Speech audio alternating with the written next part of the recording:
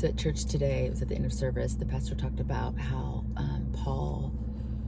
Peter said, on this rock I will build my church, and the gates of hell will not prevail against it. And he went into prayer, and after he said that, I just felt in my heart that the Lord was kind of impressing this vision, which was, I saw the church building, and I knew that it was the one I was specifically in, but I also saw it as a whole.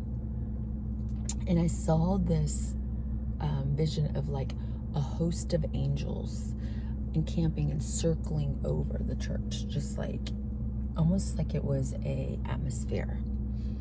And it was very ethereal, the angels, and they just continued moving. And I knew the prayers of people were activating this in the sense of like God heard the prayers, and he sent forth his angels to surround the body of Christ, right?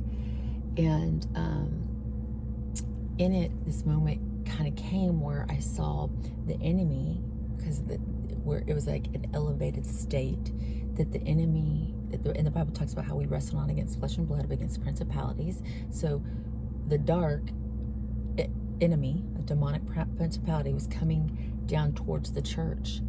And in that moment, in the host of angels, suddenly one of the angels just shot up and like warred with that demonic principality, as these host of angels were just continually hovering above the body of Christ. And I thought that is how we need to see what's really going on in the supernatural realm. When we are praying, we are activating the heavenlies, and God is moving on our behalf. And those prayers are not in vain. Like I've talked about before, it's just like Daniel prayed, and it took 21 days before an angel appeared saying, hey, God heard you. He sent angels. We're at war with principalities going on, right?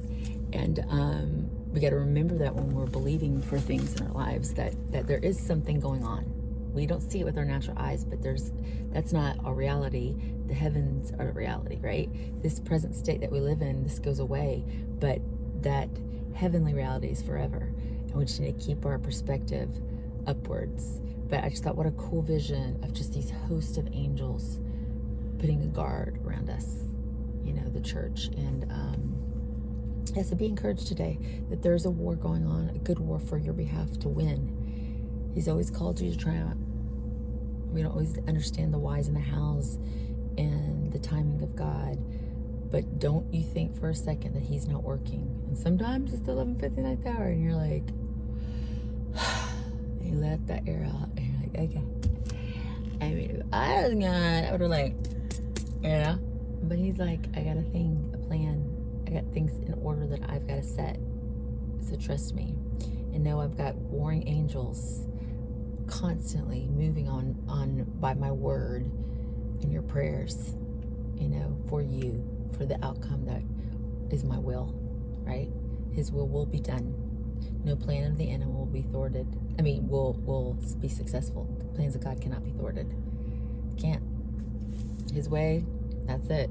Period. End of story. Be blessed.